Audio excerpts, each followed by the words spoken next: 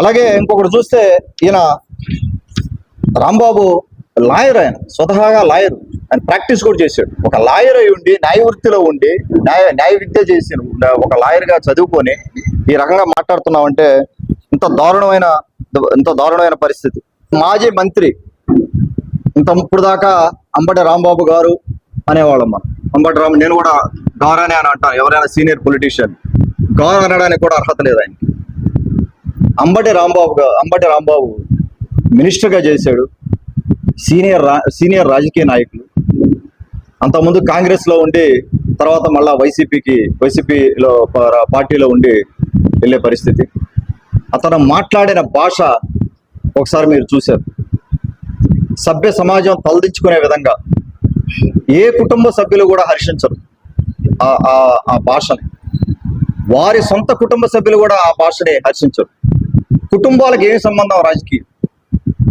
కుటుంబ సపోర్టుతోనే, కుటుంబాలు సపోర్ట్ చేస్తేనే నాలాంటి వాళ్ళు కానీ, బాబు గారు కానీ, లోకేష్ గారు కానీ ఎవరైనా కూడా రాజకీయం చేసుకుంటే, ఎంతో మంది రాజకీయ నాయకులు కానీ కుటుంబ సపోర్టుతోనే రాజకీయాల్లో ఉండే పరిస్థితి.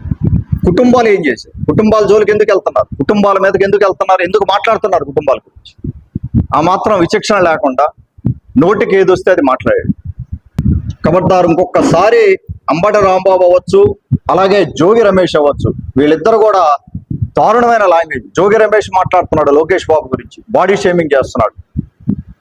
సెన్స్ ఉందా కొద్దిగా? నువ్వు కూడా ఒక రాజకీయ నాయకుడిగా ఎదుగుతున్నావు. రేపు పొద్దున నీ లాంగ్వేజ్, నీ పద్ధతి చూసి నీకు ఓట్లేస్తారనుకుంటున్నారు జనాలు. కానీ ప్రజలే బుద్ధి చెప్పాల్సిన అవసరం ఉంది. రాబోయే రోజుల్లో వీళ్ళిద్దరు ఎక్కడ పోటీ చేసినా కూడా, వీళ్ళిద్దరే కాదు ఇంకా కొంతమంది ఉన్నారు వైసీపీలో, అదే పని వాళ్ళకి, వేరే పనే లేదు. వీళ్ళని ప్రజలు గమనించాలి. ప్రజలు చట్టసభలకు రాకుండా నియంత్రించాల్సిన అవసరం ఉంది. రాబోయే రోజుల్లో వైసీపీ అనేది, పార్టీ అనేది రాజకీయంలో ఇంకా మళ్ళా పవర్లోకి రాకుండా చూడాల్సిన బాధ్యత మనం ప్రజలుగా మనం తీసుకోవాలి.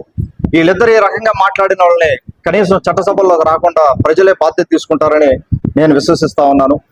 ఈ రోజున లోకేష్ బాబు గురించి మాట్లాడతారు వీళ్ళిద్దరూ. జోగి రమేష్ మాట్లాడతాడు లోకేష్ బాబు గారి గురించి. లోకేష్ గారు కొన్ని వందల మంది సీఈఓలు కలిసి ఉంటాడు.